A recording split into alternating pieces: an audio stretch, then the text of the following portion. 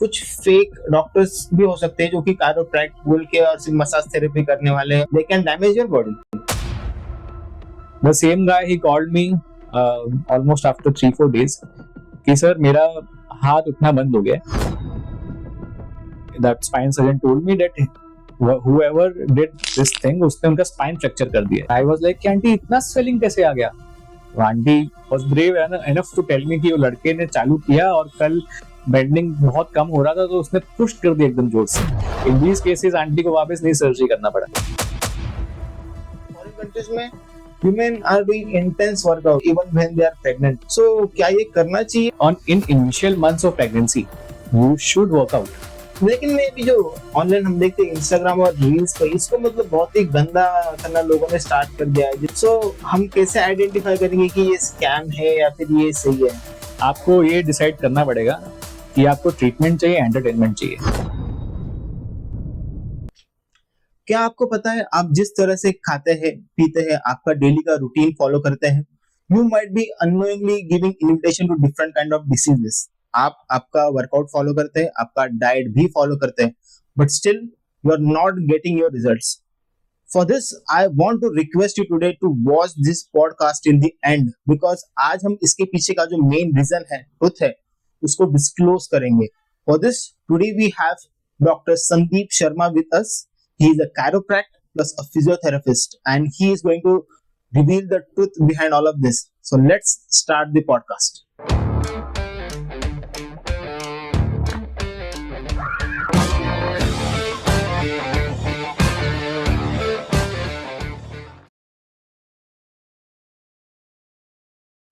कायरोप्रैक्ट का जो टॉपिक है आजकल वो नेट पे बहुत वायरल जा रहा है, and I am seeing so many patients approaching chiropract. सो क्या होता है chiropract and how does it work? So basically, in chiropractic treatment, we deal more sort of with the bones और spine, जो हमारा रीढ़ का हड्डी रहता है. So basically, we manipulate और misalignment जो spine का रहता है उसे हम लोग वापस align करते हैं. Be it your wrist joint, your elbow joint, your neck, your knee joint, your ankle joint. तो कई बार prolonged sitting की वजह से या हम लोग जैसे IT प्रोफेशनल्स हैं, they sit a lot on chair, पूरा नेक वगैरह सब ऐसे रख के, तो हम उनकी स्पाइन को वापस जो मिसअलाइन स्पाइन है उसे अलाइन कर देते हैं वापस. ओके, बट अभी मैं एक थोड़ा सा डिफरेंट क्वेश्चन पूछना चाहता हूँ कि मसाज भी जो करते हैं वो इसी तरह से आपके हाथ पैर जो है वो मोड़ते हैं उसमें और कायरोप्रैक्ट में क्या डिफरेंस है? क्योंकि कुछ फेक डॉक्टर्स भी हो सकते हैं जो कि कायरोप्रैक्ट बोल के और सिर्फ मसाज थेरेपी करने वाले हैं और वो आपको कंसल्ट करेंगे and they can damage your body. Of course, yes.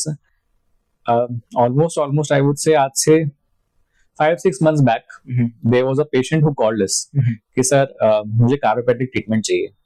My receptionist, she told yes you can come. He asked about the charges. I almost charged 2.5 to 3K for one chiropractic session. तो he was like मैंने पहले एक को call किया, वो तो 500 ही ले रहा है सर, आप इतना क्यों ले रहे हैं? So we just told कि जो हमारा एक्सपर्टाइज है, जो भी रिजल्ट्स हम देते हैं उसके हिसाब से चार्जेस हैं, आपको जो भी कंफर्टेबल है वहां पे कराइए. This is the same answer which I give to everyone, right? तो ही वाज लाइक ठीक है, मैं जो भी है वहां कराता हूँ. The same guy, he called me almost after 3-4 days कि सर मेरा हाथ उठना बंद हो गया है और मुझे हेल्प चाहिए. तो ही स्टेज नियर बाय ओनली. मतलब वी वर लाइक कि यस यू कैन कम. नहीं सर, मैं आप आके एक बार देख के जाइए. तो that day we had some time, तो मैम एंड मेरे स्टाफ हम लोग गए देखने के लिए, एंड आई जस्ट चेक कि he was not able to lift his hand up. I just asked कि कैसे हुआ, क्या हुआ. सो ही टोल्ड कि remember I am that guy जिसने कायरोप्रैक्ट के लिए बताया था. Uncle yes yes. So he called someone from Instagram. Okay, he the patient told कि बार्गेनिंग में 400 में मांग गया, एंड ही जस्ट मैनिपुलेटेड. और कायरोप्रैक्टिक ट्रीटमेंट तो नहीं बोलूंगा मैं, just manipulated the spine, and उसी दिन शाम से उसका हाथ का मूवमेंट कम होना चालू हो गया. सो हमारे पहचान के स्पाइन सर्जन के पास मैंने रेफर किया इस पेशेंट को, and that spine surgeon told me that whoever did this thing उसने उनका स्पाइन फ्रैक्चर कर दिया है, एंड उसकी वजह से permanent damage has happened. Surgery तो हो जाएगी लेकिन जो लॉस उनको आ गया है वो रिकवर करने के लिए 1 से 2 साल चले जाएंगे. And he has to work a lot. IT professional, अभी वो सब ट्रेनिंग सब चीजें लेफ्ट से करना स्टार्ट कर रहा है. तो स्कैम्स, क्वैक्स, ये सब लोग हैं. जैसे एग्जांपल कायरोप्रैक्टिक ट्रीटमेंट क्या हो गया, physiotherapist maybe whenever we like कुछ साल पहले I use to do home visits, तो मैं नी रिप्लेसमेंट का केस देखता था, I use to charge 1,000 rupees for one sitting, one visit. तो एक आंटी जिनको मैं ट्रीट कर रहा था, एक दो दिन विजिट कंप्लीट करने के बाद बोलती है, सामने जो लड़का ट्रीटमेंट के लिए आता है वो 400 रुपए लेता है या 300 रुपए लेता है, आप क्यों इतना चार्जेस लेते हैं? आई थिंक सबका अपना अपना एक्सपर्टाइज है मैम, मैं इतना चार्ज करता हूँ, बट देखते हैं आप देखो कैसे कंटिन्यू करना है। And one day she called and like, Sandeep I won't continue, I am continuing with the guy who is coming सामने वाले घर में। I was like okay, completely up to you. After few days aunty called me, knee replacement का case था कि बेटा मेरा तो नी में इतना सारा स्वेलिंग आ गया, अगर देखने आ सकते हो क्या? तो मैं गया देखने एंड आई चेक कि it was a lot of swelling, जो which is not very much common after the surgery. मैं जो जिन्होंने उनका सर्जरी ऑर्थोपेडिक ने किया था, मी एंड ऑर्थोपेडिक, हम बहुत क्लोजली उनके फॉलोअप में काम करते हैं, we know all the side कैसे हमें रिकवरी लेके आना, क्या करना। आई वाज लाइक आंटी इतना स्वेलिंग कैसे आ गया? तो auntie was brave enough to tell me कि वो लड़के ने चालू किया और कल बेंडिंग बहुत कम हो रहा था तो उसने पुश कर दिया एकदम जोर से, एंड उसके बाद से शाम से स्वेलिंग आ गया। She tried calling him, auntie ने बताया, उसके बाद से फोन स्विच ऑफ। तो I went and I just see, I called the orthopedic and उसके पास भेजा। सो जो सामने बंदा आता था, आफ्टर फ्यू डेज ही again started coming to the सामने वाला घर। तो upon inspection and checking we found out he's not a physiotherapist. Some guy just is coming and doing the exercises. वो भी कैसे समझा? I just asked आप कौन से कॉलेज से हो, कहाँ से आपने पढ़ाई किया? He's not able to tell anything. तो आप जब भी किसी को घर पे बुलाते हैं, अपना इंपॉर्टेंट स्ट्रक्चर किसी को हाथ में दे रहे हैं, check for their qualification. We all are qualified, हमने 4-4 5-5 साल ग्रेजुएशन, मास्टर्स, अभी भी हम लोग पढ़ रहे हैं। We are very much qualified to treat every joint in your body, but I won't say just to save money, but कई बार होता है कि we do this कि ये कम ले रहा है, ये कम ले रहा है, एक्सपर्ट से ट्रीटमेंट लेंगे तो जॉइंट अच्छे रहेंगे आपके। इन दीज केसेस आंटी को वापस नहीं सर्जरी करना पड़ा। ऐसे बहुत सारी चीजें हैं सर। तो scams and quacks are everywhere in every field. wherever if you are visiting my clinic, हमने सब हमारे सर्टिफिकेशन बाहर लगाए हुए हैं। आप किसके पास ट्रीट होने आ रहे हैं, आप चेक कीजिए।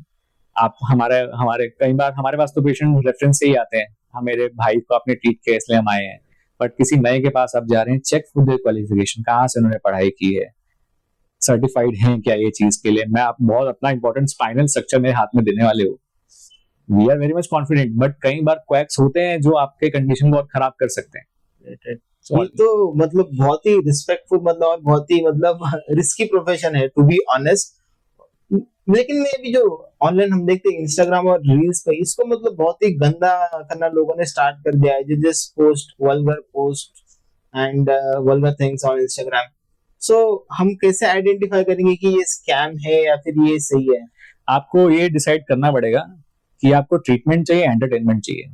ओके सिंपल टर्म, आप कोई सेक्सुअल कंटेंट इंस्टाग्राम पे देख रहे हैं, यू नो कि वो इंसान कैसे सामने वाले इंसान को पोर्ट्रे करके ट्रीटमेंट कर रहा है, दैट इज एंटरटेनमेंट। आप जो कर रहे हैं आप ट्रीटमेंट के लिए नहीं कर रहे हैं। These guys must be having more views, but कोई जैसे हम हैं, आप हमारा इंस्टाग्राम चैनल देखेंगे या हमारा गूगल का प्लेटफॉर्म देखेंगे, नेचुरली या एथिकल जो हमारे पेशेंट्स का टेस्टिमोनियल्स है वो हम डालते हैं, सिंपल ट्रीटमेंट्स हम डालते हैं, which should be very much educational and helpful। आप जो कंटेंट की बात कर रहे हैं, they will just do the chiropractic session। काफी चीजें वो मिसलीडिंग वे में प्रमोट करते हैं कि आज हमने खट करके साउंड आया, लड़की चलने लग गई, एंड दे आस्क देम आपका 15-20 साल का प्रॉब्लम एक बार में चला गया, ऐसा उनको बता देते हैं। इस वजह से हमें इतने सारे कॉल्स आते हैं सर कि सर हमको 20 साल से प्रॉब्लम है, हम आते हैं, कितना सेशन लग सकता है? We tell them we will consult you first, I will tell you how many session it will take. एक सेशन में नहीं होगा क्या? कैसे हो सकता है? तो मिसलीडिंग है सर ये सब। First is the entertainment. आप जैसे आपने बताया कि अगर एंटरटेनमेंट चाहिए तो लोग के पास जाओगे, अच्छा ट्रीटमेंट चाहिए, visit a good ethical guy, ethical professional जो आपको फर्स्ट एजुकेट करे एंड देन आपको एक रियलिस्टिक टाइमलाइन दे कब कब ये ठीक हो सकता है, कितना टाइम लगेगा। ओके, ये तो बहुत आपने जो है वो रिवील कर दिया कि स्कैम किस तरह से इस चीज के बारे में। यस ओके, मतलब ये जो टॉपिक है या फिर ये प्रोफेशन है कायरोप्रैक्ट का, क्या ये पहले से था या फिर ये अभी अभी ट्रेंड में आया है, क्योंकि इसके बारे में पहले किसी को पता नहीं था?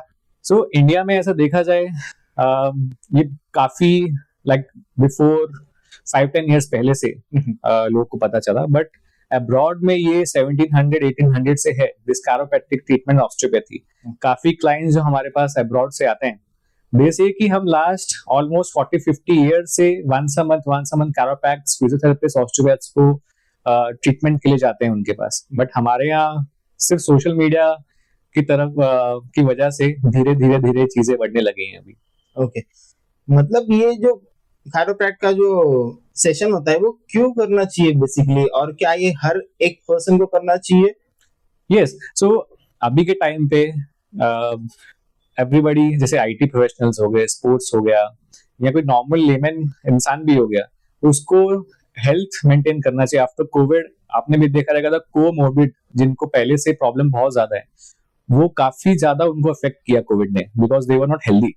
तो हम लोग बोलते हैं, हमारे यहाँ जितने भी क्लाइंट्स हैं, once a month you should visit a chiropract or a physiotherapist or an osteopath, जो काफी हद तक आपका जो मिसअलाइंड स्पाइन है, या कई बार मिसअलाइनमेंट की वजह से ब्लड सर्कुलेशन कम हो जाता है ये सब जगहों पे, बोन्स में या मसल्स में, वापस से हम इसको रिलाइन कर सकते हैं। So everybody should do this treatment. Okay, मतलब अभी मान लो एक पर्सन है, अभी वो हम जब छोटे होते हैं, right, we play a lot, और हम जब खेलते हैं तो हमारी फिजिकल एक्टिविटी होती रहती है, और जैसे जैसे हम बढ़ते हैं उस टाइम पे हमारा जो डेली का वर्कआउट है या फिर डेली का जो स्पोर्ट्स है वो कम हो जाता है या फिर बंद ही हो जाता है। इस केस में हम जिस तरह से बैठते हैं या फिर हम जिस तरह से अपना डेली का रूटीन फॉलो करते हैं, हमारी बॉडी उसी एंगल में एक शेप ले लेती है, and it affects the joints. Is that right? Yes. So अगर हमें ये सारी चीजें अगर हो रही है तो हमें कैसे पता चलेगा कि हम कौन से पोस्चर में बैठ रहे हैं, क्या वो गलत है, क्या सही है? How to identify ourself? Yes, that's a very nice question actually. I think this question will help a lot of people. तो जैसे आपने बताया, बचपन में, like I am almost 30 now, हमारे बचपन में हमें बाहर खेलना बहुत पसंद था। घर वाले जबरदस्ती बाहर से पकड़ के हमें अंदर लाया करते थे। Nowadays हम लोग क्या देख रहे हैं, जितने भी अभी जो लोग पेरेंट्स बन रहे हैं, बच्चों को सीधा फोन दे देते हैं, राइट? तो हमारे भी एज ग्रुप में, so I am treating almost 15 से लेके 50-60 तक के age group also. So now the problem which used to come during 50-60 वाला एज ग्रुप, अभी वो 20-30 साल के एज ग्रुप में आ जाता है। Okay, let it be there is a something, there is for example there is a spine, दोनों स्पाइन के बीच में दिस इज द डिस्क। हम लोग जितना फॉर एग्जांपल स्ट्रेट बैठेंगे, the neutral spine will be maintained. Okay, पर अगर हम स्क्रीन सामने रखा है हमने, या हमको फुल टाइम लैपटॉप पे काम करना है, तो people tend to do the work like this. तो उस चक्कर में क्या होता है, जो डिस्क है या जो सराउंडिंग के छोटे छोटे नर्व्स हैं या आर्टरीज हैं, वो प्रेस होने लग जाते हैं। तो हमारी बॉडी में हेल्थ अच्छा मेंटेन करने के लिए ब्लड सप्लाई हर जगह पे एडिक्वेट होना चाहिए। बट आप फॉर एग्जांपल जो पाइप है उसको आप बेंड कर देंगे, तो जो पानी पीछे से जो आगे तक जाना चाहिए उतना नहीं जाएगा। वैसे ही मसल, लिगामेंट और जो बोन्स है उसको ब्लड सप्लाई कम हो जाता है, जिसको हम लोग बोल सकते हैं अर्ली डीजेनरेटिव चेंजेस। ओके, तो जो बोन हम एक्सरे पे 60-70 ईयर्स की पहले देखा करते थे, वो सेम बोन अभी 30-25 ईयर्स के जो लोग हैं उनको हम लोग को देखने को मिलता है। आपने ये जो बताया कि 60-70 के जो एज के पीपल है उनके आपको जो बोन्स की जैसी हालत है अभी वो 30-40 में देखने मिल रही है, सो क्या ये सिटिंग पोस्चर और जो हमारा डेली रूटीन है, क्या यही इसका रीजन है? There are multiple reason actually. First of all, अभी कोविड के बाद से हमारे पास ये इश्यूज बहुत सारे आना चालू हो गए। तो whenever I ask my clients और माय पेशेंट कि आप कितना वर्कआउट करते हैं, दे जस्ट से कि हम हार्डली कभी खाने के बाद बाहर वॉक पे चले जाते हैं, एंड डिनर भी लोगों का 11:30-12 बजे is a normal timing right. मैं शाम की रात की बात कर रहा हूँ। तो there is something called vitamin जो हमारे बॉडी में बहुत इंपॉर्टेंट है। There is something called vitamin B12 and D3। मैं कई बार लोगों को पूछता हूँ आपका B12 एंड D3 लेवल्स कैसे हैं, सो दे से बहुत बढ़िया है सर, एकदम perfect. Then I ask them can you show me the reports, पहले कभी चेक नहीं किया, हमें लगता है ठीक है ये सब। सो हम अभी इतना एज निकल जाता है, एक बार भी ब्लड टेस्ट नहीं करवाता है कोई, हम लोग नया गाड़ी लेते हैं फॉर एग्जांपल, या हमारे पास 2 व्हीलर 4 व्हीलर है, हर 6 महीने में हमें ये ध्यान रहता है we have to do servicing. हमारा बॉडी का सर्विसिंग आपको याद भी नहीं रहेगा कभी करवाया है हमने। नहीं। तो विटामिन का डेफिशिएंसी, आप जिस पोस्चर में बैठते हैं, अगर आप स्ट्रेट मेंटेन नहीं करेंगे उसका प्रॉब्लम है। आप मसल हेल्थ, बोन हेल्थ, ये सब पे ध्यान नहीं देंगे, इन सब चीजों की वजह से आपका जो बॉडी का एजिंग है वो फास्ट होने लग जाता है। So these are prime reasons जिसकी वजह से जल्दी प्रॉब्लम लोगों को अभी आ रहा है। I want to ask you this कि बहुत सारे काइरोप्रैक्टर्स क्लेम करते हैं कि they can cure you without surgery, so how is it possible? So there are 2 things. First is we, जो हम लोग काइरोप्रैक्ट्स या फिजियोथेरेपिस्ट हो गए, हमारा रोल एंड सर्जन्स का रोल काफी डिफरेंट हो जाता है। समटाइम व्हेनेवर काइरोप्रैक्ट्स और health care professional are claiming कि हम विदाउट सर्जरी ये चीज ठीक कर देंगे, इस केस में आपको पता होना चाहिए कि क्या आपकी बॉडी में क्या कंडीशन है। Sometime whenever it is a full tear, जैसे कोई थ्रेड है, अगर वो पूरा टूट जाता है, यू रिक्वायर सर्जरी। तो ऐसे कंडीशन में मेनी टाइम पीपल कॉल अस कि सर हमने ऑनलाइन सर्च किया कि विदाउट सर्जरी आप हमें ठीक कर सकते हैं। So always whenever you are visiting a health care professional, chiropractors, तो आपको, जैसे मेरे पास कोई आता है, फर्स्ट वी एग्जामिन देम कि कैसा प्रॉब्लम है, क्या है। हमें अगर लगता है कि it's a full grade tear, we refer the patient to a spine surgeon or an orthopaedic. अगर ये लो ग्रेड ऑफ टेयर है, जैसे हमारे पास there are multiple advance machine जैसे Tecar and shockwave and lasers we have, grade 2 grade 3 तक ligaments and tear को हम लोग within 2 to 3 months of sessions हम क्लियर कर देते हैं। So always we have to सी कि क्या कंडीशन है।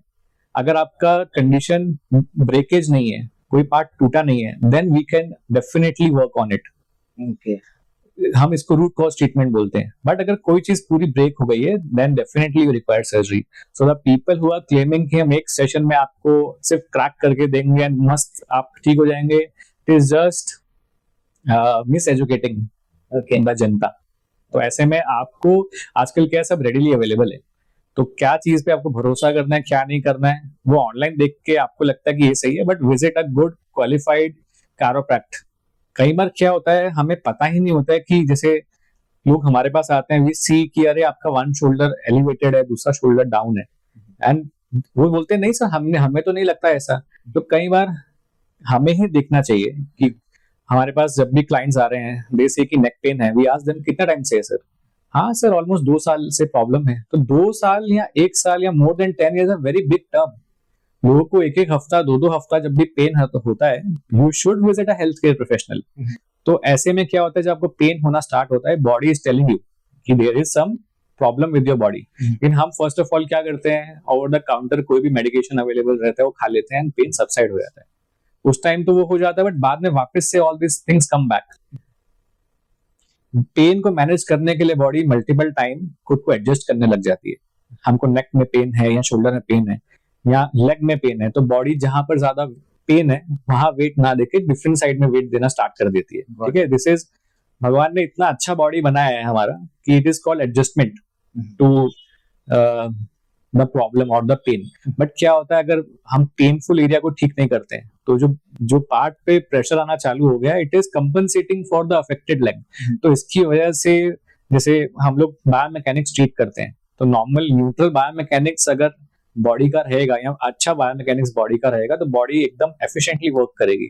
But in these condition when your one part is affected, आपका दूसरा पार्ट ही सारा लोड ले रहा है, तो आपकी बॉडी में मिस अलाइनमेंट्स होना चालू हो जाते हैं, या फिर स्पाइन बेंट होना चालू हो जाता है, या फिर एक्सेसिव रोटेशंस हिप में, जैसे हम बात करें excessive internal rotation, excessive external rotation, उसको कंपनसेट करने के लिए नी में प्रॉब्लम आता है, एंकल में प्रॉब्लम होता है। बट हमें सिर्फ पेन है वो करके हम कभी नहीं जाते। हमारे पास भी पेशेंट तब आता है जब उसका हाथ at least, this is the full range of motion, जब यहाँ पे इसके ऊपर हाथ नहीं जाएगा तभी हमारे पास आते हैं। ओ ये सर ये नहीं उठ रहा है इसके ऊपर, सर कब से नहीं उठ रहा है, we ask them almost more than 6 months। Okay, तो हमेशा आपको घर पे जो आपके नॉर्मल मूवमेंट्स हैं वो कभी भी लगता है इनकम्प्लीट हो रहे हैं, you should seek help from a health care professional. But हम बहुत लेट कर देते हैं, बहुत लेट करते हैं, उस चक्कर में कई बार यू रिक्वायर सर्जरीज और यू रिक्वायर ऐसे ऐसे ट्रीटमेंट जिसमें आपको काफी टाइम लग जाता है ट्रीट होने के लिए। ओके, ये तो आपने कैरोप्रैक्ट का बता रहा है, फिर फिजियोथेरेपी और कैरोप्रैक्ट में क्या डिफरेंस है? फिजियोथेरेपी क्या होता है मतलब? सो दोनों का रोल ऐसे अगर हम डेफिनेशन या रोल पे देखें वेरी डिफरेंट है. फिजियोथेरेपिस्ट जैसे मैं ambassador in master in physiotherapy. Okay, तो we work more with the biomechanics part. Physiotherapist chiropractic treatment में हम लोग जो बोन का अलाइनमेंट है, जो मिस अलाइन बोन हो गया है या जो न्यूट्रलिटी बोन का होना चाहिए, we examine it and then again we correct the spine. Okay, जिसमें हाई वेलोसिटी थ्रस्ट रहते हैं. कोई स्पाइन को आपको वापस करेक्ट करना है तो सिर्फ हाथ से कि ऐसा नहीं रहता. That is called physiotherapist mobilise करेगा उसको एंड कायरोप्रैक्टर उसको थ्रस्ट देके रीअलाइन कर देता है, जिससे कई बार क्रैकिंग साउंड भी फील होता है. राइट. ये लेकिन मुझे लग रहा है कि ये टेम्पररी सोल्यूशन है, टू बी ऑनेस्ट कंप्लीटली, क्योंकि अगर आप बोल रहे हो कि आपका जो स्पाइन है, हम आपका जो बोन अलाइनमेंट है हम वो सीधा करेंगे. अगर एक आदमी है, what your profession he is following, ठीक है, उसके बॉडी में अगर कुछ वर्कआउट नहीं है, फिर फॉर XYZ रीजन उसका बॉडी का अलाइनमेंट भी खराब हो चुका है, राइट, और अपने आपने अगर उसको रीसेट भी किया सारी चीजें, but still he will have to do something कि उसे ये फ्यूचर में ना हो. सो ये ना होने के लिए क्या करना चाहिए और इसकी इंटेंसिटी कितनी होनी चाहिए? Yes, wonderful question. हमारे पास जब भी पेशेंट आता है, सो अगर ज्यादा पुराना कंडीशन नहीं है, विद इन 2-3 सेशंस हम पेन 100% कम कर देते हैं. Okay, and we give exercises also. हर सेशन में एक्सरसाइज सिखाते हैं. तो 80 से 90% पॉपुलेशन का क्वेश्चन ये रहता है, सर ये एक्सरसाइज कितना टाइम करने का? मैं बहुत अच्छा आंसर उनको देता हूँ, अगर मेरे पास आते रहना है तो एक्सरसाइज मत करो. ओके, बट आपको ये चीज परमानेंटली सॉल्व चाहिए तो you have to do exercises. The main reason why you are here, क्योंकि उनको कुछ टूटा नहीं है, हड्डी नहीं टूटा, कुछ नहीं हुआ है. इसको बोलते हैं सेडेंटरी लाइफस्टाइल या लाइफस्टाइल डिसऑर्डर्स. आजकल सिर्फ नॉर्मल एक्सरसाइजेस हम लोग इतना रेडीली सब अवेलेबल है, तब भी हम लोग नहीं करते. नॉर्मल रेजिस्टेंस बैंड के साथ एक्सरसाइजेस लोगों को घर पे करना चाहिए, but we never do it. तो मैं बोलूंगा कि अच्छा हेल्थ मेंटेन करना है, मोबिलिटी मेंटेन करना है मसल्स का, you should do stretches, resistance band exercises. और क्लिनिक पे हम लोग एटलीस्ट जो भी पेशेंट्स हमने ट्रीट भी कर दिए हैं, उनको एवरी 6 वीक्स एक बार बुलाते ही हैं for the readjustment of the body. क्योंकि हम लोग इतना काम फिजिकल एक्टिविटी कर रहे हैं, बॉडी में चांसेस रहते हैं कि मिसअलाइनमेंट कहीं ना कहीं आ ही जाएगा. तो लॉन्ग टर्म में आपको इशू ना दे, इसलिए once a month you can visit a chiropractor. Whenever we say you start with the workout, तो लोग जिम में जाके वेट उठाना चालू कर देते हैं. जिंदगी में कभी वेट नहीं उठाया. So always you should start gradually and धीरे धीरे उसको बढ़ाना चाहिए. कई बार जिम में लोग वर्कआउट करते हुए हमारे पास आते हैं कि सर शोल्डर में पेन आ गया.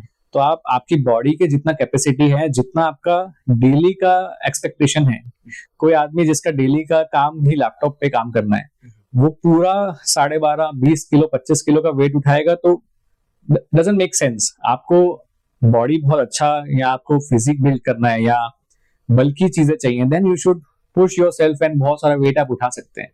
नॉर्मल कंडीशनिंग मेंटेन करने के लिए 10 to 12 kgs off the weight is sufficient. कि अभी आजकल देखा जाए, there are multiple new startups which are coming. Recently we have seen a device और अ मशीन, शार्क टैंक में मैंने देखा था कि आप उसको घर पे वॉल माउंट कर लीजिए and then you can do all the things which आपको जिम में जाके करना है. कई बार लोगों को हम बोलते हैं कि कुछ नहीं भी करना है तो ठीक है, you start with the gym. 80 से 90% पब्लिक एक महीने के ऊपर जिम नहीं जाती है, साल का पैकेज ले लेते हैं हम लोग. तो आपको जो चीज ज्यादा कंफर्टेबल लगती है, आपकी बॉडी जिस चीज को ज्यादा अलाउ करती है, यू कैन डू दैट. हर चीज का अपना बेनिफिट है.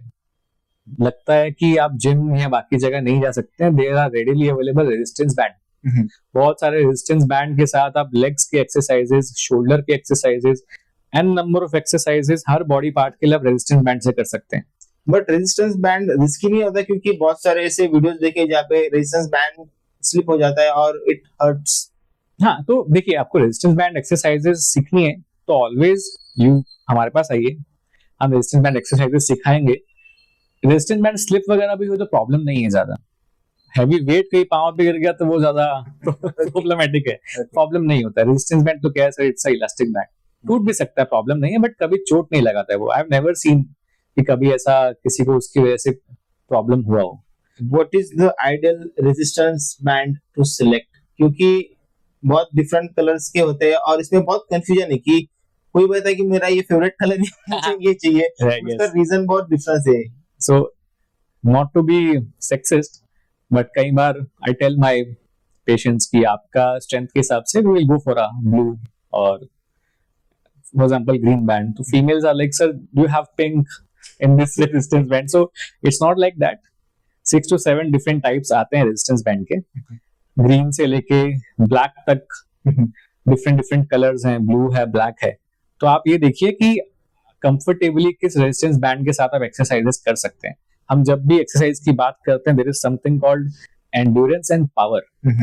तो हमारे पास जब भी क्लाइंट्स आएगा we decide then 1 repetition maximum, 10 repetition maximum. ऐसा कौन सा वेट है जो आप सिर्फ एक ही बार उठा सकते हैं, that is a 1 RM, 1 repetition maximum, कि मैं 10 किलो का वजन एक ही बार उठा सकता हूँ. आप मुझे वापस बोलेंगे उठाने के लिए तो मैं नहीं उठा पाऊंगा. ऐसा कौन सा वेट है जो आप 10 बार कर सकते हैं. फॉर एग्जाम्पल मैं 5 किलो को 10 बार कर सकता हूँ. तो ये चीजें हम सिलेक्ट करेंगे. आपके मसल के कंडीशन के हिसाब से वी मेक अ प्रोग्राम कि आपको हर दिन इतनी बार ये सेट करना चाहिए, इतने वीक्स के लिए करोगे, फिर आओ, फिर हम बढ़ाएंगे. इट्स नॉट लाइक कि आज आपने 5 किलो उठाया, अब एक साल 5 किलो उठा रहे हैं, कोई मतलब नहीं है वो चीज का. सो कंसल्ट अस. आप आपके नियर बाय फिजियोथेरेपिस्ट, कैरोप्रैक्टर से जाके मिलिए, वो आपको एक रेजिम बना के देंगे. जैसे हम ऑर्थोपेडिक की दवाई मिलती है जो हम 30-30 दिन खा लेते हैं, वैसा एटलीस्ट मेडिकेशन कीजिए, एक्सरसाइजेस कीजिए. This will help you a lot. Girls ज्यादा करके पहले से फिजिकल एक्टिविटीज में इन्वॉल्व नहीं होती, स्पोर्ट्स में ज्यादा करके इन्वॉल्व नहीं होती है. एंड उसके बाद में भी जब वो टीनेज में आती है दे डोंट डू वर्कआउट, क्योंकि अगर उनकी बॉडी की सर्टेन कैपेसिटी है और वो वर्कआउट नहीं कर रहे हैं, their muscles are getting weak. और दूसरी बात ये भी कहना चाहूंगा कि अगर गर्ल्स वर्कआउट नहीं कर रही है, दे प्रेफर डूइंग योगा सिर्फ. और मुझे लगता है कि आप अगर सिर्फ योगा कर रहे हैं, you are just functioning on the internal things, respiratory things, और मतलब उसके बेनिफिट्स है, बट आपको उस टाइम पे वर्कआउट करने की बहुत जरूरत है. इवन एज अ गर्ल आपको वेट उठाना चाहिए. क्या लगता है आपको, how would you like to guide girls on this, how much exercise is important for them? क्योंकि मैंने ऐसे कायरोप्रैक्टर से भी सुना है कि गर्ल्स को बॉयज से ज्यादा एक्सरसाइज की जरूरत है टीनेज में. So whenever we talk about exercises in males and females, तो females को definitely ज्यादा exercises करना चाहिए because the hormones which are governing males and females are very different. तो जितना मसल बल्क बनाने में females को टाइम लगेगा, मेल जल्दी बना लेते हैं due to the testosterone या other activity. तो females को आपने ऐसे बोला कि yoga will also help. Yoga helps more with the mobility exercises. Strength training उनके केस में ज्यादा करना चाहिए अपने को. कार्डियो काफी पसंद रहता है हमारे, काफी फीमेल्स आते हैं. जैसे मेल्स में कोई हमारे यहाँ आते हैं, दे वी लाइक बिल्डिंग बाइसेप्स. उसके अलावा तो कोई कुछ करने बोले, लेग्स हमें कोई करने बोले, me personally I hate doing legs. Females को वही काफी ज्यादा पसंद होता है. सो मुद्दे की बात ये है कि definitely they should do more exercises, because कहीं ना कहीं फीमेल्स को अपने लाइफ में जब माइलस्टोन अचीव करने हैं, for example people are doing family planning, they have to carry a baby for 8 to 9 months. तो वो आपकी बॉडी में बहुत सारे चेंजेस ले आता है हमेशा. जब आपको प्रेगनेंसी के पहले अगर प्रॉब्लम्स हैं, कोई स्पाइनल डिसऑर्डर है, कोई मसल का इम्बैलेंस है, तो आप जो 8 to 9 months के लिए whenever you are carrying a baby inside, वो उसके बाद काफी बढ़ जाता है. मेरे पास काफी ऐसे पेशेंट्स हैं जो प्रेगनेंसी के पहले मैं उनको स्पाइन के लिए या मल्टीपल जॉइंट्स इन्वॉल्वमेंट के लिए ट्रीट कर रहा था. उनको जो एक्सरसाइजेस हमने दिए, दे डिडंट फॉलो इट. आजकल प्रेगनेंसी के पहले एंटीनेटल क्लासेस लोग लेते हैं, प्रेगनेंसी के बाद पोस्ट नेटल क्लासेस लोग लेते हैं. कई बार आपने देखा होगा एक्ट्रेसेस जो एक्टर्स हैं, उनका pregnancy, they delivered a baby, after 1 month you will see जैसे उन्होंने बेबी डिलीवर करा ही नहीं है. कई बार लोग पूछते हैं आके, सर वो लोग कैसे ऐसे कर लेते हैं? तो आप उनका अगर लाइफस्टाइल देखेंगे, they have a very hectic lifestyle. We treat few celebrities जो हमारे क्लिनिक पे आते हैं. आप उनका लाइफस्टाइल देखेंगे, they are cope up with things. अभी मुझे कारों के पास जाना है, इसके बाद मेरा शूट है, इसके बाद सर 2 घंटा वर्कआउट करना है. हम लोग का क्या है, हाँ अभी मैंने काम किया, इसके बाद मैं सीरीज देखूंगा, इसके बाद सैटरडे संडे में घूमने जा रहा हूँ सर, तो सैटरडे संडे मत बुलाना. तो हम फीमेल्स या मेल्स आप वर्कआउट कीजिए, क्योंकि जैसे हमने बोला कि you are carrying a baby for so many months. आपकी बॉडी उसके लिए रेडी होना चाहिए, उसके लिए फिट होना चाहिए. प्रेगनेंसी के बाद में काफी डिसऑर्डर्स फीमेल्स में आ जाते हैं. कार्डियोवैस्कुलर डिसऑर्डर्स हो गए, मस्कुलर डिसऑर्डर हो गए. कई बार नर्व कंप्रेस हो जाता है, पेल्विस जो हमारा हिप बोन का पूरा पोस्चर चेंज हो जाता है आफ्टर द प्रेगनेंसी। तो आप प्रेगनेंसी के पहले, आई एम नॉट सेइंग कि एवरीबॉडी फैमिली प्लानिंग नहीं करते हैं, but everybody, every male, every female should work out. मैंने ऐसे देखा है कि फॉरेन कंट्रीज में women are doing intense workout, वो बहुत intense workout करती है even when they are pregnant. So क्या ये करना चाहिए and how to do this? Definitely, see, on in initial months of pregnancy, you should work out. आपका हर मंथ, हर trimester के साथ आपकी बॉडी का जो डिमांड्स हैं वो चेंज होता रहता है, because now you are hosting someone inside. तो जो पहले आपका बॉडी सिर्फ आपके लिए वर्क कर रहा था, now it has to cater to people. तो यू शुड वर्क आउट। हाँ, जैसे आप नियर डिलीवरिंग अ बेबी हैं, उस टाइम पे कुछ एक्टिविटी सजेशन कर सकते हैं। Aerobic, anaerobic exercises can be done during pregnancy.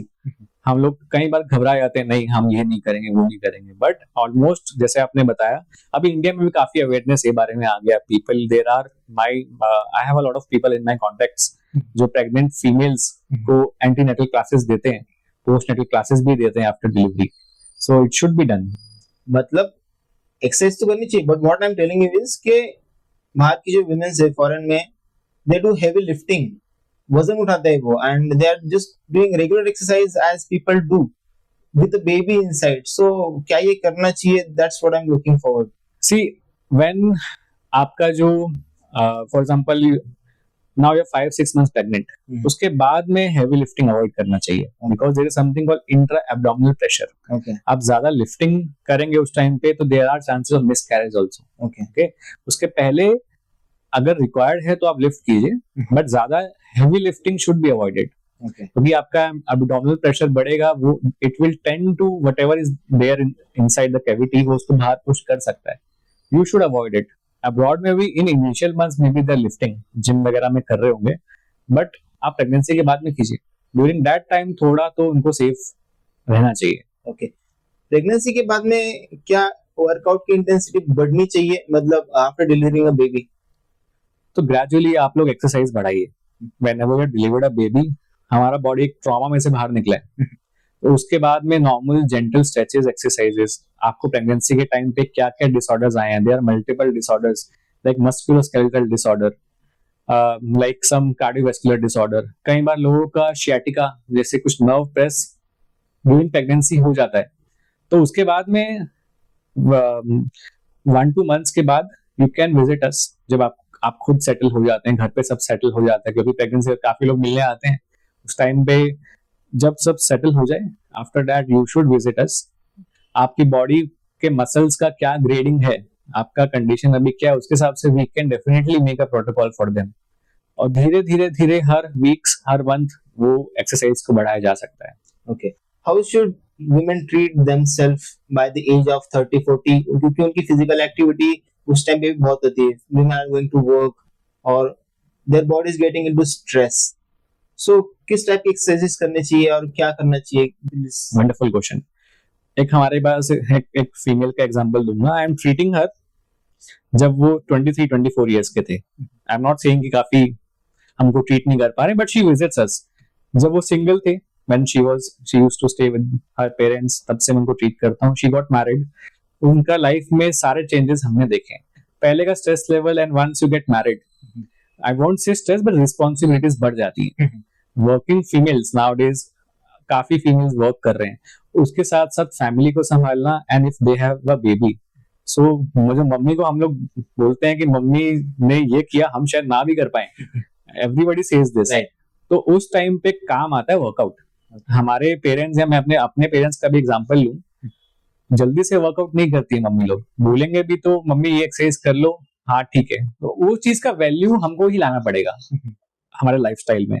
The role of exercises school time से ही अगर सिखाया जाए सबको, कि स्कूल में ही आपको क्लास में कैसे बैठना है, आपको एक करेक्ट पोस्चर क्या होता है, अगर स्कूल टाइम से सिखाया जाए तो चीजें विल काफी डिफरेंट हो जाएंगी।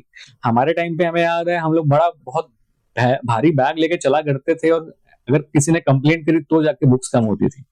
अभी के टाइम पे the good thing is everything is screen पे, लैपटॉप पे अवेलेबल है, बट उसका भी कॉन क्या हो गया कि फोन या स्क्रीन हम लेके बैठे रहते हैं पूरा डाउन करके और नेक में कंप्रेशन आना चालू हो जाता है। तो फीमेल्स में ऐसे केसेस में व्हेन अगर आपके पास रिस्पॉन्सिबिलिटीज कम भी हैं या ज्यादा भी हैं, आप वर्कआउट कीजिए, क्योंकि एक साथ काफी चीजें मैनेज करना बहुत टफ हो जाता है। नेक पेन, बैक पेन, ये सारी चीजें काफी बढ़ जाती हैं। नया नया बेबी जब डिलीवर किया है, बेबी का स्लीप साइकिल कुछ नहीं रहता है, एंड यू अभी तो अच्छा मैटरनिटी लीव मिल जाता है, बट जब वो खत्म होता है तब भी बेबी छोटा ही होता है। Right. इतना 6 मंथ टू 1 ईयर आपको फॉर एग्जांपल मैटरनिटी लीव मिल गया, उसके बाद में काम भी संभालना है, घर भी संभालना है, बेबी भी संभालना है, आप खुद बीमार पड़ जाएंगे। Right. ड्यूरिंग दैट टाइम आप हर चीज बाइफोकेट कीजिए, अपने लिए टाइम निकालिए, ये सब चीजें चलते रहने वाली है। मैं हर मेरे क्लाइंट को यही बोलता हूँ कि कई बार मैं बोलता हूँ सर वर्कआउट कर लो, नहीं सर हमें ऑफिस से कॉल आया, आज मीटिंग बहुत इंपॉर्टेंट है। आपको कुछ हो जाएगा, कल को आपका रिप्लेसमेंट कल आ जाएगा। आपने आज कितना काम किया वो वैल्यू नहीं रखने वाला है। राइट, आपने अपनी बॉडी के लिए क्या काम किया, सालों साल आपको वैल्यू करेगा। तो take care of yourself first, बाकी चीजें होती रहती हैं। ओके। जो वुमेन्स होती है आफ्टर 40-50, उनकी जो लाइफस्टाइल है वो बहुत हेक्टिक होती है, ठीक है, और उनके नीज में बहुत सारा पेन होना स्टार्ट हो जाता है, बैक में पेन होना स्टार्ट हो जाता है। Not just women but also main, but specifically women, क्योंकि जो डेली का लाइफस्टाइल है, उनके बॉडी में पहले से बहुत सारा फैट सैचुरेट हो चुका है। आप देख सकते हैं कि हमारे यहाँ पे जो आंटीज वगैरह होते हैं, they are like means not fit at all, और compared to foreign people they are extremely fit, क्योंकि वो अभी भी ट्रेनिंग कर रहे हैं। 70-70 साल के, मतलब जो ग्रैंड मदर की एज के, they are still going on a track. क्या करना चाहिए, मतलब ऐसा डिफरेंस क्यों है, और अगर ये बैलेंस करना है तो इसके लिए क्या करना चाहिए?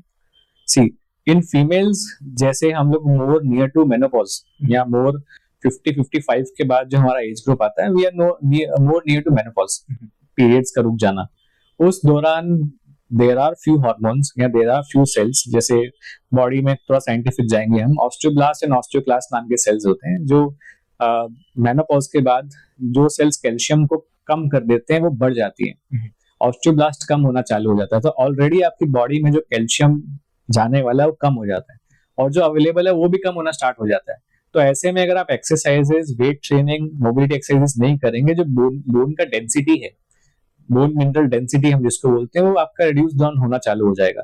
सो bone is like a base, जिसमें आपका मसल्स, आपके ऑर्गन सब आके अटैच हो रखे हैं। आपका बेस ही वीक हो जाएगा आफ्टर मेनोपॉज। तो आप क्या करेंगे उस दौरान? हमें क्या करना है, आप रेगुलर 6 मंथ्स टू 1 ईयर में ब्लड चेकअप कराइए, check your vitamin level, you check your blood level, क्योंकि उस दौरान काफी फ्लक्चुएशन आता है चीजों में। उसका सप्लीमेंट्स लीजिए, उसके विटामिन लीजिए। साथ ही साथ जो मसल्स जो बोन पे अटैच होने वाले हैं, अगर लगता है बोन हमारा वीक होने लग गया, you increase the strength of your muscle.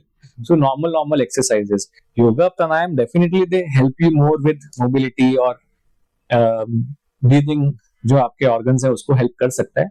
But weight training will help you a lot. जितना ज्यादा बॉडी पे स्ट्रेस डालेंगे, वेट ट्रेनिंग करेंगे, उतना आपके मसल और स्ट्रांग होंगे। बट अगर स्टार्टिंग से ही हम एक्सरसाइज कर रहे हैं, मतलब टीनेज से ही, हमें ये तो प्रॉब्लम्स आएंगे ही नहीं कभी। ट्रू। मैं बहुत अच्छा एग्जांपल दूंगा, Milkha Singh. Okay, Milkha Singh when he was old also, आप उनको देखिए, जो लोग वर्कआउट करते हैं उनको आप 60-70s में देखिए, जो वर्कआउट नहीं करते उनको 60-70 में देखिए। तो बॉडी का जो मेटाबॉलिज्म है, या बॉडी जो आदमी वर्कआउट करता है, बहुत डिफरेंट दिखता है।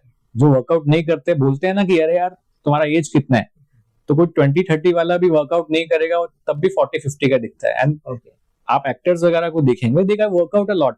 50-60 का, अभी मैंने रिसेंटली मूवी देखा अजय देवगन का, I don't know his age, but आप देखेंगे तो वो लोग तब भी कितना फिट दिखते हैं। सलमान खान इतना सीनियर सिटीजन हो गया है अभी, बट स्टिल आप उसका अगर एक्टिविटी या फिजिकल एक्टिविटी देखेंगे, वो काफी वर्कआउट करता है, तो हमसे ज्यादा यंग दिखता है वो। तो ये सारी चीजें वेरी इंपॉर्टेंट, वर्कआउट आपको करना चाहिए। आपके क्या एक्सपीरियंसेस है, क्योंकि आपने बहुत सारे पेशेंट्स को ट्रीट किया है, किस टाइप के पेशेंट्स आते हैं, और क्या आपको लगा कि ये गलत है? आपने बहुत जो ऑब्जर्व किया है। I treat multiple orthopaedic and sports condition. मेरे पास ज्यादा क्लिनिक पे ऑर्थोपेडिक कंडीशंस काफी आते हैं, pain, ligament issue, frozen shoulder, sciatica, ankle issues, multiple joints problem, you tell me, we treat it. तो प्रॉब्लम से ज्यादा I would say sometime we are miseducated about things. कई बार I ask my clients की आपको इतने साल से पेन है, क्या किया आपने? आपको इतने साल से बैक पेन है, for example. Recently I was treating a guy who is just 32. Okay. I asked him, sir आपको ये पेन लास्ट 5-6 ईयर्स से है, तो आप 5-6 साल बाद हमारे पास आए, आपने 5-6 साल क्या किया? सिंपली टोल्ड मी, सर मैंने पेन किलर्स खाए। ठीक है, अब pain killer when he had this pain, तो उसको चेक किया, उसका एक्सरे देखा, एक्सरे वगैरह सब करा के पेन किलर दिया, कुछ मल्टीपल विटामिन या सप्लीमेंट्स दिए, that was helpful for him. कुछ टाइम पेन किलर खाने के बाद he started having digestive problem, क्योंकि ये सारी चीजें एसिडिक होकर आपके डाइजेस्टिव सिस्टम को प्रॉब्लम देती हैं। So I simply told him, I will examine you once. ये पेन का रूट तो पता करते हैं, आप दवाई खा लेते हैं जहां से आपको पेन, जिस एरिया में आपको पेन है वो पेन सेंसेशन कट ऑफ हो जाता है, आपका रूट कॉज कभी ठीक नहीं होता है। ओके, तो the main challenges which we have nowadays is कि अभी भी लोगों को अवेयरनेस नहीं है कि आपका बॉडी सिंपल एक्सरसाइजेस या सिंपल बायोमैकेनिकल इश्यूज को ठीक करके पेन कम हो सकता है, but still people look for temporary solution और क्विक सॉल्यूशन। हमने आज दवाई खाया, 12 घंटे के बाद में वापस दवाई खा लेंगे हम। कब तक खाएंगे आप दवाई? तो 5-6 साल पुराना कंडीशन, मैंने वही उसको like the example again will continue. तो 5-6 साल बाद से पेन है, 6 साल दवाई खा के भी कुछ नहीं हुआ। सो आई डायग्नोज्ड हिम एज रेडिकुलोपैथी, या उसका नर्व टेस्ट हो गया था L4 L5 पे, जो नीचे तक उसको रीडिंग पेन दे रहा था। I worked on his muscle. We did manual therapy, which plays wonderful results. Exercises दिया हमने उसको. I aligned his spine and pelvis to chiropractic adjustment. Almost I treated him for 1 to 2 months. It's nothing like quick solution. वो मेरे पास ये देख के आया कि सर एक वीडियो देखा हमने आपका कि, और मैंने ऑनलाइन सर्च किया कि एक क्रैक में सब ठीक हो जाता है।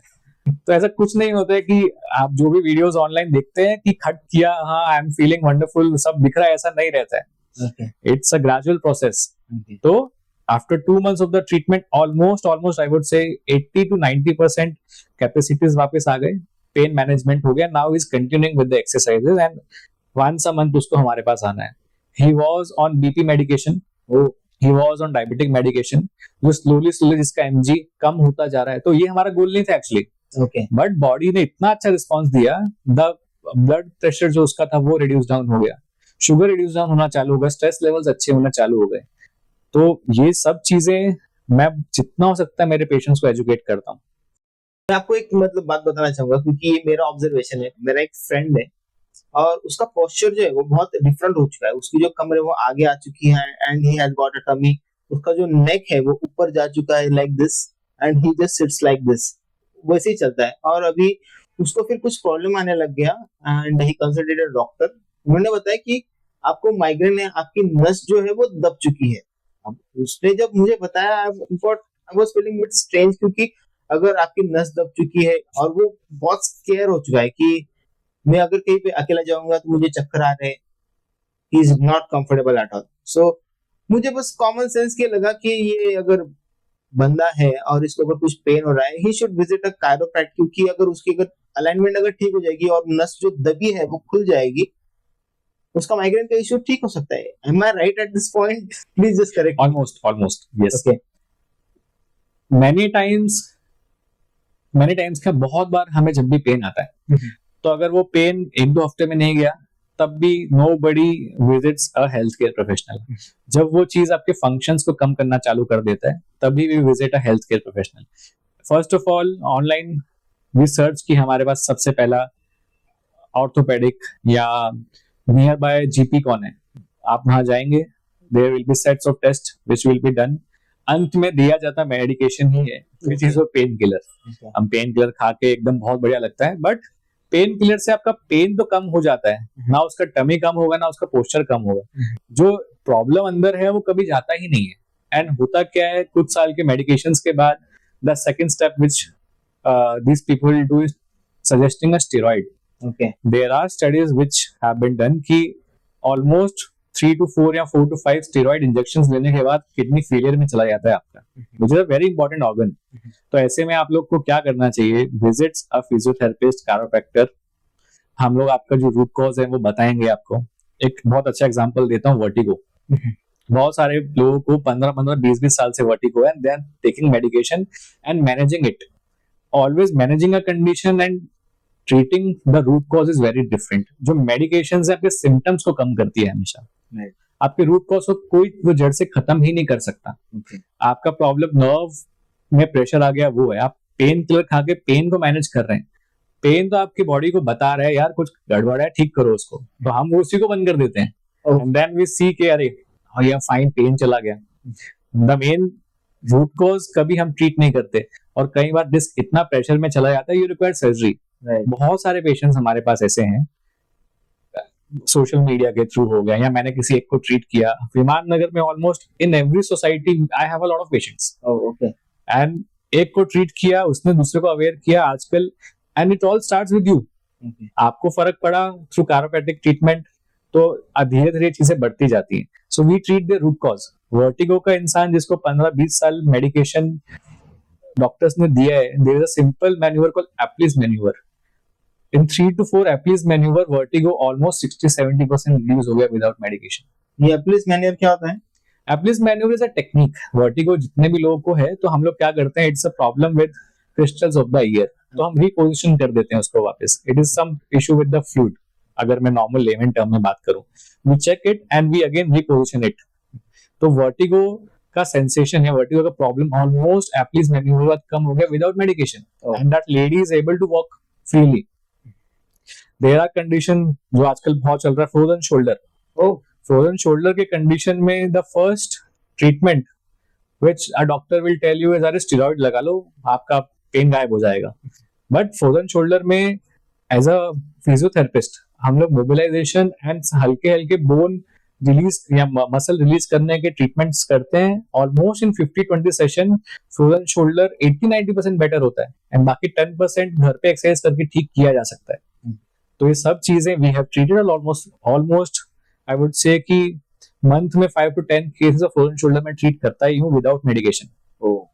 तो it is all lack of awareness and quick solutions देना बंद करना पड़ेगा अपने को। But what I am thinking here is कि आपने जो बताया ये बहुत ही बेनिफिशियल है, और अगर किसी डॉक्टर के पास अगर कोई पेशेंट जा रहा है, उसकी नस दब चुकी है, पेशेंट को तो पता नहीं बट डॉक्टर को तो पता है, he should guide that patient to go to chiropract. But वो उसे बस मेडिकेशन देके या फिर पेन किलर देके, मतलब इस केस में क्या हो रहा है कि उसकी नस भी दब चुकी है, प्लस उसको मेडिकेशन देके वो पेन जो है उसको भी मतलब बंद कर दिया है एंड उसका मेडिकेशन चालू है, ठीक है, continuously. So he is giving birth to another problem in this body. Right, see not to be against anyone, but कई बार हमें ऐसा लगता है it is always easy to write a prescription then referring to a physio और chiropractor. कई बार ऐसा दिखता है हमें, but now it is the scenarios are changing. Orthopaedics के सेटअप्स पे physiotherapist are working with them in close hand. कई बार अभी हमारे ही विमान नगर खराड़ी एरिया में देयर आर मल्टीपल ऑर्थोपेडिक्स जो हमारे पास रेफर कर देते हैं, but still the count is not that much जितना आना चाहिए। मैं और मेरे बहुत सारे ऐसे कलीग्स हैं, सीनियर्स हैं, we have independent practice.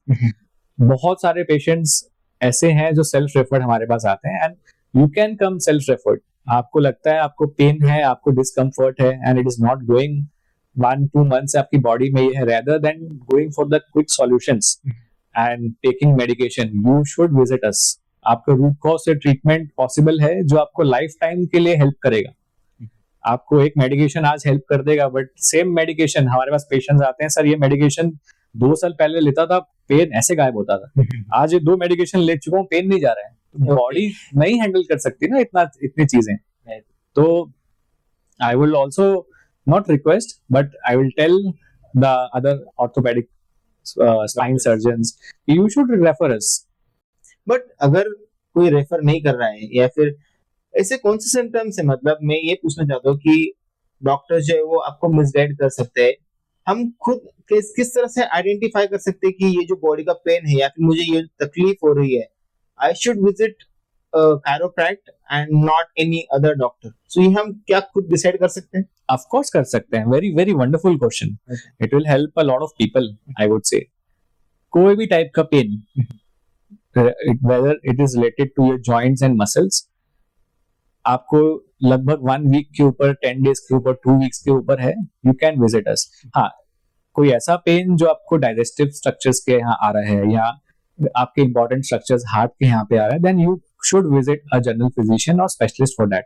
But the pain which you have in the joints, ankle में पेन है, नी में पेन है, हिप में पेन है, स्पाइन में पेन है, अपर बैक में पेन है, आप खुद हमें कॉल करके आ सकते हैं यहाँ पे. Okay. Very easy. So अभी I want to ask you another question के हम जिस तरह से सोते हैं, बहुत लोग नॉर्मल गद्दे पे सोते हैं, कुछ ऑर्थोपेडिक मैट्रेस पे सोते हैं, या फिर कुछ जमीन पे भी सोते हैं. ठीक है, तो क्या जमीन पे सोना ठीक है? क्योंकि हम जब सोते हैं तो हमारा स्पाइन जो है उसको एक हार्ड सरफेस मिलता है और एक मैट्रेस का एक अलग कंफर्ट होता है. और ये जो ऑर्थोपेडिक मैट्रेस है ये कितने % यूजफुल है, ये जो सारे स्लीपिंग पैटर्न्स है, क्या आप जरा इसके बारे में बताएंगे? I'll tell you with an example. एक हमारे I am treating a pilot of SpiceJet. ओ ठीक है. So these guys they change multiple mattresses. उनको सर इतने साल से पेन था, ऑलमोस्ट आई वुड से मोर देन 5 years. मैं उनको ट्रीट करता था, वो वापस कहीं मैट्रेस पिलो चेंज होता था, वहां से मुझे वापस कॉल करते थे, यार वापस पेन आ गया संदीप, क्या करना. टोल्ड हिम वहां जाओ, आस्क फॉर अ पतला mattress and start sleeping on the floor. Okay. With a not neither too soft neither too hard pillow. ज्यादा सॉफ्ट नहीं, ज्यादा हार्ड पिलो नहीं, आप सोना चालू कीजिए. इनिशियली बॉडी ने रेजिस्ट किया, ही वाज लाइक मजा नहीं आ रहा है, कंफर्ट नहीं लग रहा है, जो फ्लोर है वो मुझे चुभ रहा है. आफ्टर 1-2 months उनके जो पेन के जो परसेंटेज था ऑलमोस्ट 70-80% ड्रॉप में आना चालू हो गया just in 2 months. Okay. And now whenever he goes, घर पे भी आके वो अभी जमीन पे सोते हैं. तो जो आपने पहले कभी, जैसे आई एम फ्रॉम नॉर्थ, तो हमारे यहाँ पे एक बड़ा लकड़ी का बड़ा बेंच बोल सकते हैं या बेड हुआ करता है जिसपे सब लोग सो जाते थे. गद्दे और ये सब तो बहुत बाद में आए, खटिया जिसको हम बोलते हैं, उस पे लोग सो जाते थे. मुझे याद है हमारे दादा दादी ग्रैंडफादर को कभी बैक पेन नेक पेन का इतना प्रॉब्लम नहीं हुआ. सो हार्ड सरफेस पे सोना चाहिए, आई वुड से. One of the patient recently he purchase 1.25 lakhs का एक mattress. Oh. He was like, sir ये मैट्रेस ऑनलाइन देखा मैंने, इसमें ये है वो है, एकदम मस्त टेक्नोलॉजी, नैनो टेक्नोलॉजी है, इसको मैं सोना चालू करूंगा, मेरा बैक पेन चला जाएगा. I like, sir you try and let me know, रहेगा तो हम भी देखते हैं क्या है. तो फर्स्ट सेकंड डे सोया, पेन तो कम नहीं हुआ. बाद में मैट्रेस वापस भेजना पड़ा उसको, जो भी कंपनी के पास से उसने लिया. तो आप बहुत सिंपल है, आप पतला गद्दा नीचे बिछाइए, उसके ऊपर सो जाइए. That will help your spine and your body also. But आपने बताया कि नीचे सोना चाहिए, लेकिन हम जब सो रहे हैं नीचे, हमारा जो स्पाइन का शेप है वो इस तरह एस टाइप का होता है, ठीक है. और जब हम नीचे सोएंगे हमारे बैक को सपोर्ट नहीं मिलेगा और वो बैक का पेन हो सकता है. तो फिर इस केस में क्या नीचे सोना सही है, because we are not getting support. So when we talk about S shape, आप जिसकी बात कर रहे हैं उसको साइंटिफिक टर्म में लंबार लॉर्डोसिस बोलते हैं. Okay. वैसे spine is straight only, problem नहीं है. तो if someone who has a very chronic pain, बहुत टाइम से आपको लोअर बैक पेन है, आप सीधा भी नहीं सो पा रहे, उनके केसेस में थोड़ा सॉफ्ट एंड हार्ड मैट्रेस हम ले सकते हैं. But if you are someone who is healthy, back pain neck pain ज्यादा नहीं है, उनके कंडीशन में डायरेक्टली नीचे सोना हेल्पफुल रहेगा. जो ऑलरेडी बैक पेन या नेक पेन से जूझ रहे हैं, फर्स्ट मसल स्ट्रेंथन कर लीजिए and then you start sleeping on these type of mattresses. You are right कि कई बार ऐसे कंडीशन में जब भी आप इमीडिएटली कोई भी चीज चेंज करते हैं, आपका बॉडी रेजिस्टेंस देने ही वाला है. तो रेदर देन हेल्पिंग, ये चीज वापस रिवर्ट भी कर सकती है. तो जो भी आपको करना है, आई वुड से कि फर्स्ट कंसल्ट, हम लोग बता देंगे आपको कि सर कब आपको ये चीजें करनी है. सो मुद्दे की बात ये है कि rather than trusting everything which is online, हमारे पास आइए, विल टेल यू कि ये प्रॉब्लम है, आपको सोना है तो ये इतना पिलो आप यहाँ पे लगा के सो जाओ, या इस तरह से मत सो. तो धीरे धीरे जो भी प्रॉब्लम फैक्टर्स हैं वो कम होने स्टार्ट हो जाते हैं. तो मतलब किस तरह से सोना चाहिए, उल्टा सोना चाहिए या सीधा सोना चाहिए या साइड पे सोना चाहिए? उल्टा डेफिनेटली नहीं सोना चाहिए, which is not good. If you are someone जिसको ऑलरेडी राइट शोल्डर में पेन है, राइट लेग में पेन है, sleeping on the right side will increase your discomfort. Okay. So make sure कि राइट पे तो ना सो. अगर लेफ्ट में पेन है, लेफ्ट साइड पे नहीं सोना है. Sleeping straight is advisable. But हम जब भी पेशेंट्स को बताते हैं, हमारे क्लाइंट्स को बताते हैं, लाइक सर मैं तो गहरी नींद में हूँ, मुझे समझेगा ही नहीं मैं कब उठ रहा हूँ. ओके. सो उन सब कंडीशन में स्लोली बेड आप इस तरीके से लगाइए कि you won't be able to turn this way. Straight सोना धीरे धीरे आदत में डालना पड़ेगा आपको. आई हैव सीन पीपल उल्टा लेट के एक हाथ ऐसा इसके नीचे पिलो, एक इसके नीचे पिलो, आपका हालत खराब हो जाएगा ऐसे कंडीशन में। और सबसे इंपॉर्टेंट चीज, stop sitting for longer duration on sofa and sleeping on the sofa. आपकी स्पाइन का डिजनरेशन और हालत बहुत खराब हो जाएगी।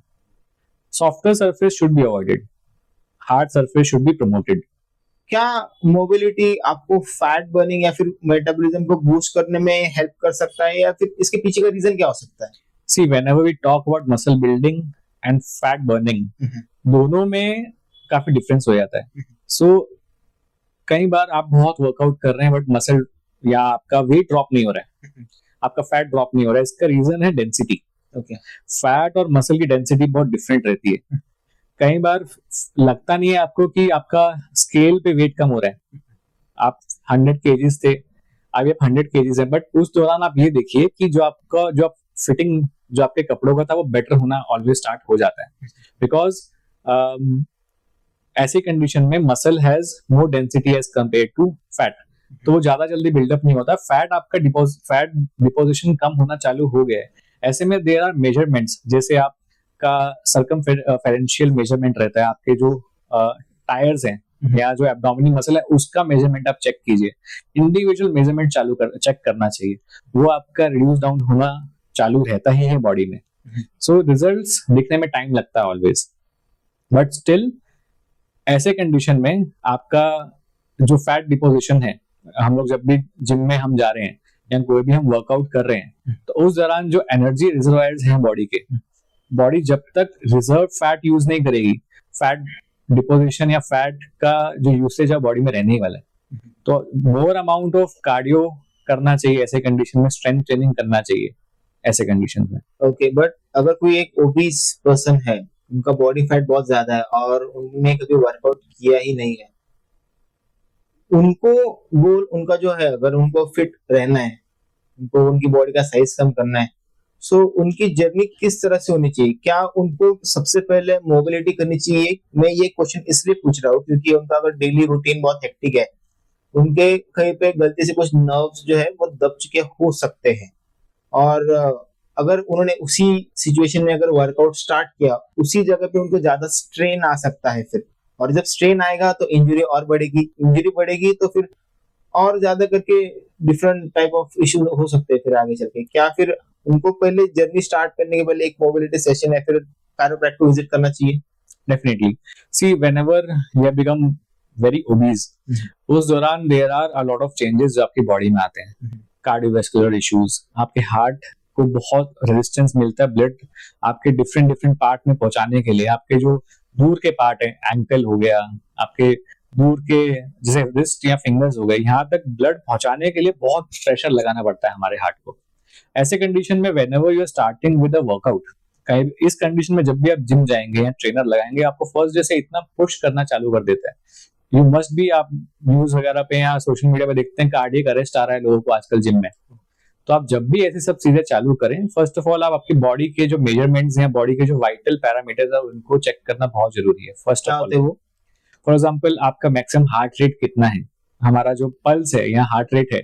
कई बार आप जब भी देखेंगे हम बहुत तेज भाग के आते हैं, हार्ट धक धक धक धक धक धक करता है, क्योंकि उसको ज्यादा टाइम खुद को कंप्रेशन करना पड़ता है ब्लड को दूर पहुंचाने के लिए। तो आप first of all before this आप चेक कर लीजिए आपका resting heart rate, maximum heart rate कितना जा रहा है।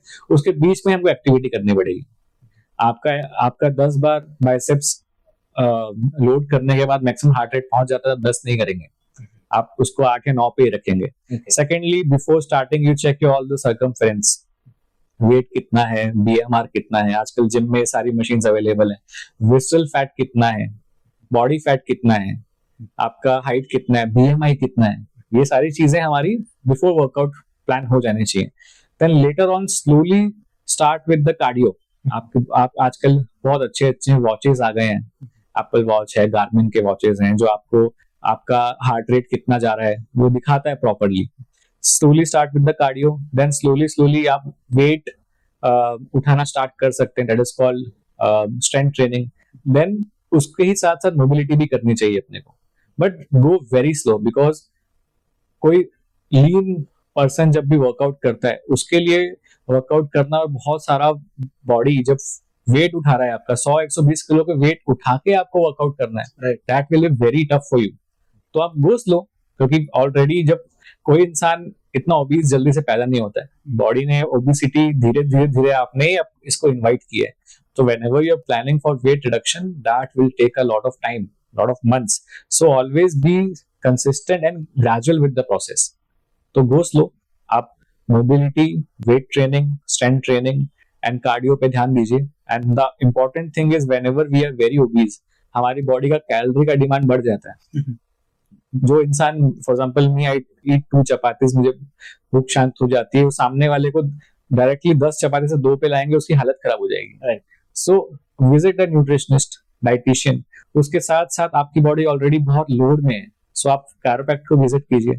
जो आपकी बॉडी में स्ट्रेस आया हुआ है, जो बॉडी बहुत ज्यादा लोड में है, जो आपके नी जॉइंट बहुत ज्यादा लोड ले रहे हैं, हम उन चीजों को डीलोड करेंगे, आपकी बॉडी के बायोमैकेनिक्स को परफेक्ट करेंगे।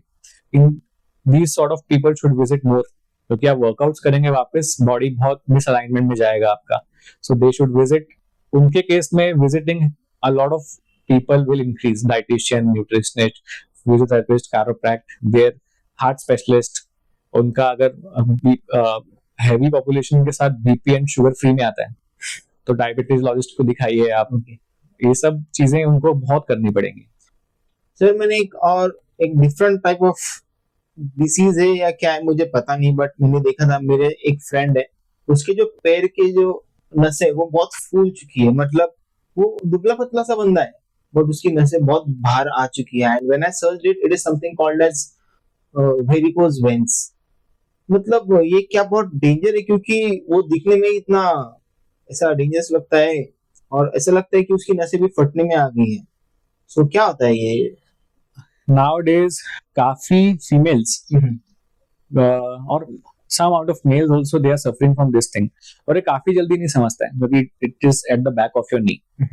तो वेरिकोज वेन में क्या है, ऑलरेडी द नेम सेज कि प्रॉब्लम विद द वेन। तो वेन में वॉल्व्स रहते हैं, जैसे हमारे पानी का वॉल्व रहता है, एक जगह से दूसरे का पानी पहुंचाना है हमको, तो वॉल्व्स के थ्रू होके जाता है। तो वॉल्व का इनसफिशिएंसी हो जाता है, तो due to gravity the blood will travel down till your ankle. Ankle से ऊपर भी आना चाहिए वो। अभी 1 लीटर ब्लड नीचे गया फॉर एग्जाम्पल, वो वहां तक पहुंच के बॉडीज को जो मसल्स कंज्यूम कर रहे हैं उसके ऊपर आना चाहिए, बट वो वॉल्व के थ्रू पुश होता है ऊपर। आपकी वॉल्व का इनसफिशिएंसी अगर हो गया, तो the amount of blood which should again go to your heart, वो कहीं ना कहीं वेन्स में रह जाता है। कई टाइम के बाद तो ये there is something called oxygenated and deoxygenated blood. हमारे हार्ट से बहुत सारा ऑक्सीजन वाला ब्लड दूर तक जाता है, और वो वापस से हमारी वेन्स और आर्टरीज उस डीऑक्सीजनेटेड ब्लड को, जिसमें कार्बन डाइऑक्साइड है, वो लेके लंग्स के थ्रू हम बाहर निकाल देते हैं। तो कई बार due to lack of movement हमारा काफ क्या, इसको सेकेंडरी हार्ट बोला जाता है, तो काफ ही वापस से, या जो आर्टरीज और वेन्स हैं, वो ही सब वापस ब्लड हमारी बॉडी की तरफ लेके जाती है। कई बार when this valves has insufficiency, तो टॉर्चरस वेन दिखना, या फिर स्पाइडर वेन्स बोलते हैं इसको, वो दिखना चालू हो जाता है। इन मेनी कंडीशन ये काफी लेट डायग्नोज होता है, पता ही नहीं होता है। Whenever you are consulting someone, या किसी दोस्त ने देख लिया कि अरे ये ब्लू क्या है पीछे, एंड देन वी सी कि ऑलरेडी ये काफी ग्रेड में हो जाता है, आपको ग्रेड 2 ग्रेड 3 में चला जाता है। इसका main reasons are lack of exercises, mobility की कमी, या कम time, some time whenever you have arthritis, और सांधीवात भी हम जिसको बोलते हैं, घुटने का वो प्रॉब्लम होता है, तो उन कंडीशन में भी वेरिकोज वेन्स काफी बार हो जाता है अपने को। और obese people also have a lot of varicose vein वाला प्रॉब्लम। बट ये कितना मतलब पेनफुल है, या फिर इससे कुछ आगे और कुछ डिसीज हो सकता है, या क्या प्रॉब्लम हो सकता है इससे? सी, हमारे जैसे हमने बात की कि हमारे ज्वाइंट को हेल्दी रहने के लिए blood supply is very important. तो there is a study which was done कि वेरिकोज वेन वाली पॉपुलेशन को आर्थराइटिस ही बहुत जल्दी होता है। Arthritis is degeneration of your body. हमारा बॉडी में जो अमाउंट ऑफ हेल्दीनेस रहना चाहिए, लैक ऑफ ब्लड सप्लाई की वजह से वो प्रॉब्लम बढ़ जाता है। वेरिकोज वेन वाली पॉपुलेशन में the amount of blood which should reach your joint वो रिड्यूस डाउन हो जाता है, क्योंकि ब्लड कहीं ना कहीं पहले से कुछ amount of impure blood is there, और नया ब्लड वहां जा नहीं पाता है। There are lot of circulatory problem जो वेरिकोज वेन की वजह से हमें आ सकती हैं। कई बार ये क्या है, बॉडी इसको हील करने के लिए बहुत सारे हीलिंग मैकेनिज्म वहां पे भेजता है, हीलिंग पार्टिकल्स वहां पे भेजता है, जिसको हम प्लाक बोलते हैं, थ्रोम्बस बोलते हैं। कई बार ये थ्रोम्बस या आपने हेमोरेजिस सुने होंगे, खून का थक्का जम जाना, ऐसे पब्लिक को अगर बीपी या शुगर हो जाए तो ये प्लाग डिसलॉज हो जाता है इनटू योर हार्ट और इनटू योर ब्रेन, Okay. जिसको डीप वेन थ्रोम्बोसिस या ब्रेन हेमरेज भी बोला जाता है. सो इनिशियल स्टेज में इतना प्रॉब्लमेटिक नहीं है ये, बट लेटर ऑन स्टेजेस में दिस प्लाग जो बॉडी उसको हील करने के लिए यही कुछ टाइम के बाद वेन काफी हार्ड होना चालू हो जाती है. तो ये पार्ट कई बार ज्यादा बीपी हुआ तो ये डिसलॉज भी होता है हार्ट एंड ब्रेन में, which can damage your heart and result into heart failure.